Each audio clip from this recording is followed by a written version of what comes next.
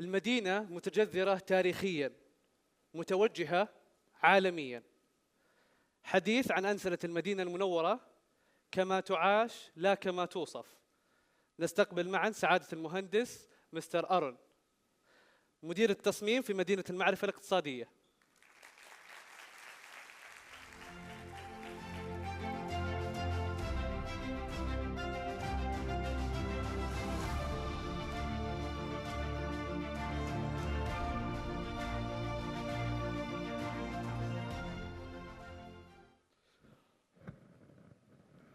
Hello, everyone. Thank you for giving me this opportunity this evening to,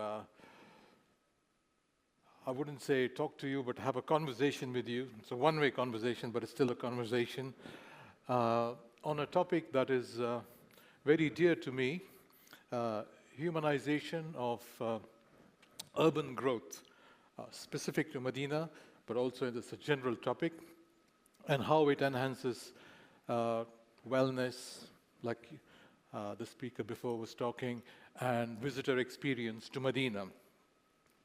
I'm a design director. I've been working on a project within Medina, contributing to the urban growth of Medina, and I have a few thoughts.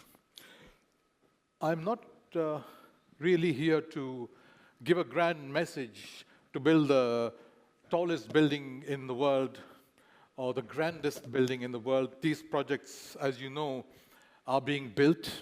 Others are doing it very well. My message really is a much more humbler message. It's a message that many wise men before have said in a better way. I'm just echoing that, I'm reiterating that, so that it reaches people who make the right decisions, who influence the growth of the city.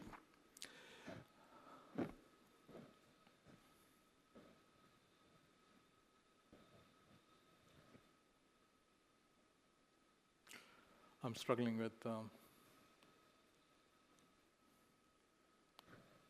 thank you.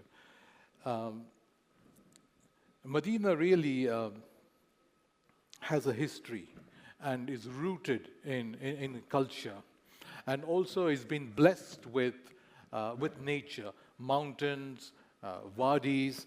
It used to be an oasis, and it used to be a collection of orchards, or basatines, as you call it. And as the city has grown over the centuries and over the last few decades especially, this connect with nature has slowly been eroded. And now really is the time for us to reclaim that link to the city. And you know, when I grew up in India, and as a young boy, I used to wander around and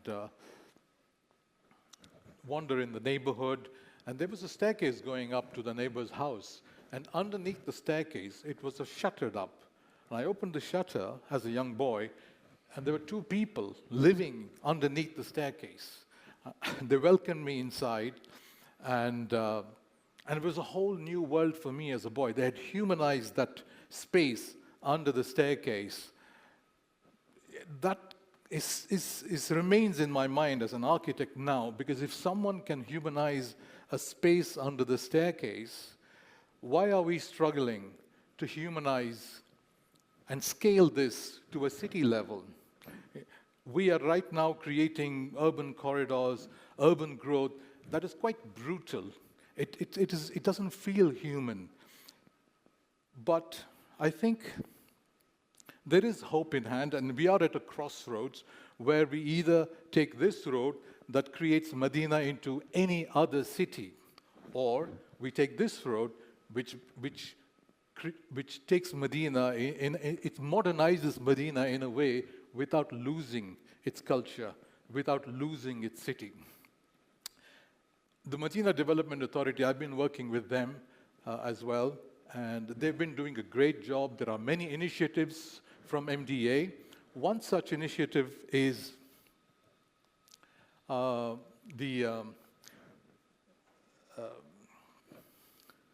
Green Medina initiative.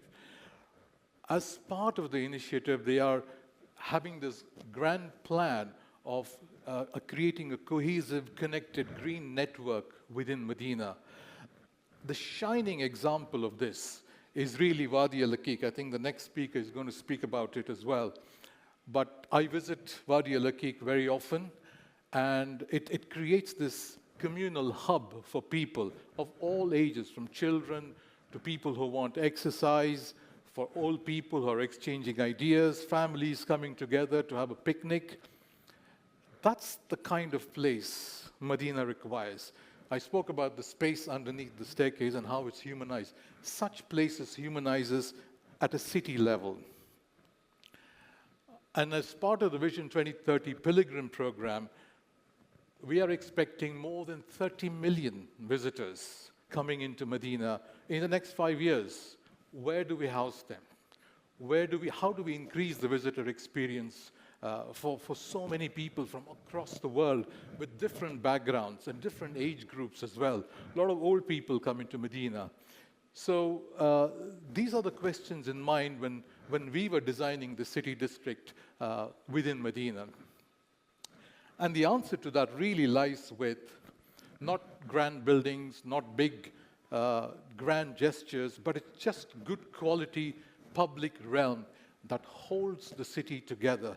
It's the glue that holds the different parts of the city together at various scales, from a sikka to a small courtyard, to a space underneath the staircase, to a large park.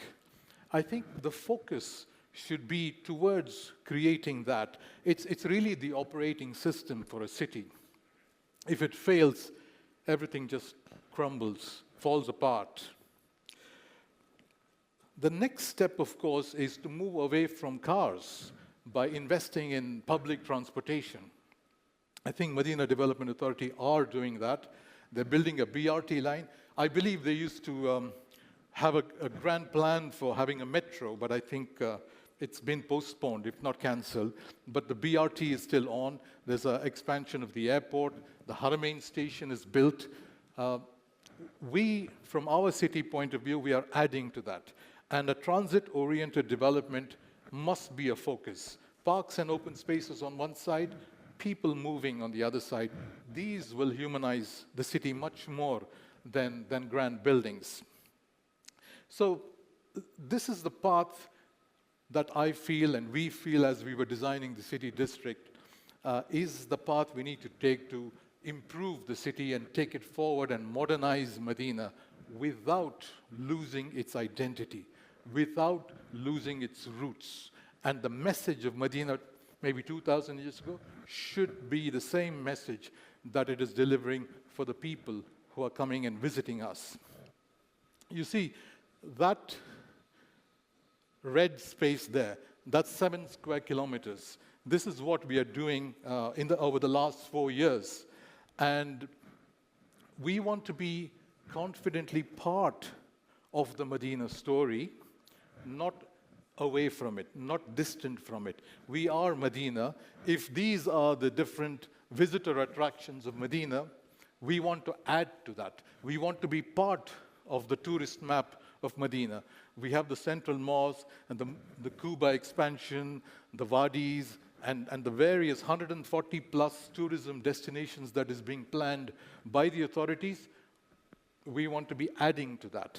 And on top of that, we want to create a transit-oriented development around the Haramain station.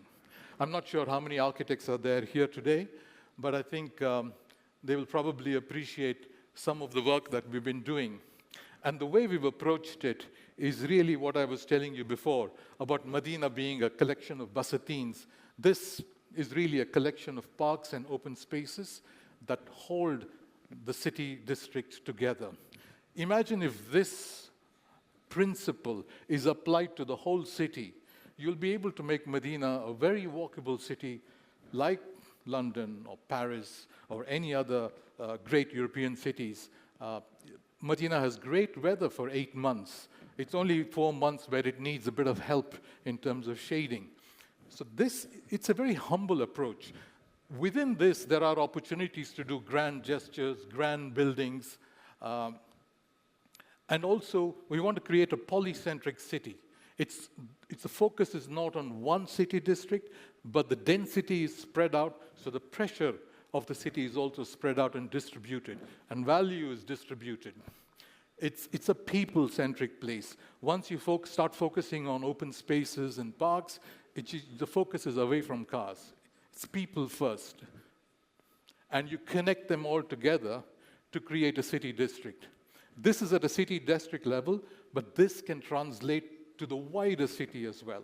I think the Cuba Boulevard is another example of where they're pedestrianizing it, Wadi al-Akik, and there are many examples within the city. A lot of good things are being done, but I think we need to do more. A transit-oriented development, focus on people moving, will take the focus away from the cars. The Haramain station, we are building bus terminal. It's not a piece of infrastructure. It's an arrival experience for people coming into Medina.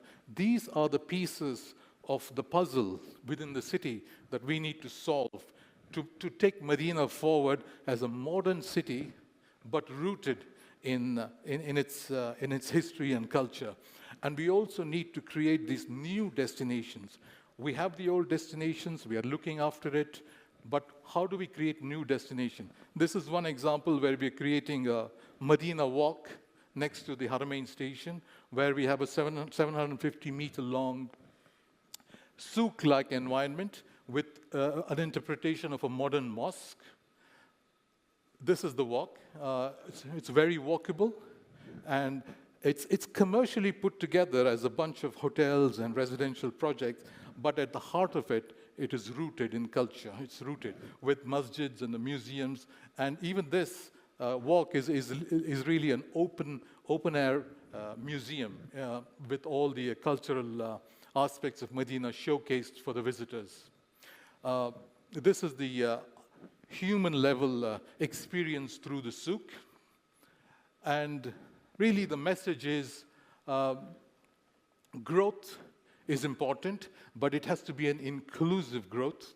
Growth is important, but it cannot come at the cost of history and culture. And it's a simple message. It's not a grand message, but we find it difficult to do simple things in life. And I think if we do the right things, Medina will become a great city, and it will be a welcoming city as ever. Thank you very much.